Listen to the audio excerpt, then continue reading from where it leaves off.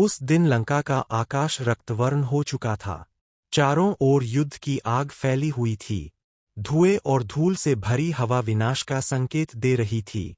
रावण की विशाल सेना, जो स्वयं को अजेय समझती थी, अब थक चुकी थी। उसके बड़े बड़े योद्धा पराजित हो रहे थे। रावण क्रोध में गरजा, क्या लंका में अब कोई भी ऐसा वीर नहीं बचा जो राम की सेना को रोक सके? तभी किसी ने कहा, महाराज, कुंभकर्ण अभी जीवित है।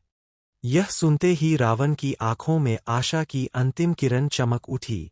कुंभकर्ण गहरी निद्रा में सोया हुआ था। जैसे ही उसे जगाया गया, उसके उठते ही धरती कांप उठी। उसका विशाल शरीर पर्वत के समान था।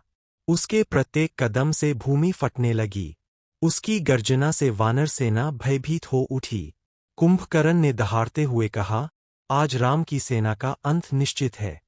उसे देखकर कई वानर योद्धाओं के कदम पीछे हटने लगे। उसी क्षण आकाश में तेज वायु चली। घने बादल दो भागों में बंट गए और स्वर्णिम प्रकाश धरती की ओर उतरने लगा। उस दिव्य प्रकाश के मध्य महावीर हनुमान प्रकट हुए। उनके हाथ में गदा थी, पीठ पर लहराता हुआ राम ध्वज था। उनके मुख पर शांति थी और हृदय में केवल एक ही नाम था, श्री राम। कुंभकर्ण हंसते हुए बोला, वानर, तू मेरे सामने तिनके के समान भी नहीं है। हनुमान जी ने शांत स्वर में कहा, मैं राम का दास हूं और राम के दास के सामने कोई भी अहंकार टिक नहीं सकता।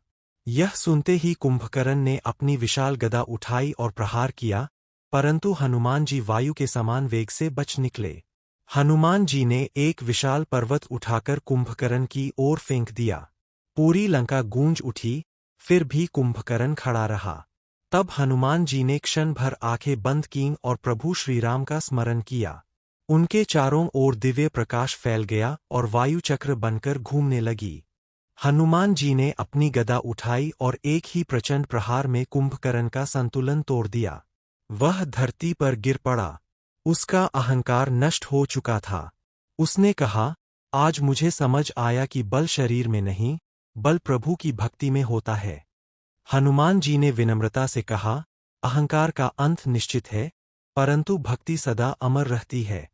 तभी आकाश से पुष्पों की वर्षा हुई और वानर सेना ने जयघोष किया, जय श्री राम, जय बजरंगबली। इस प्रकार अहंकार पर भक्ति की विजय हुई।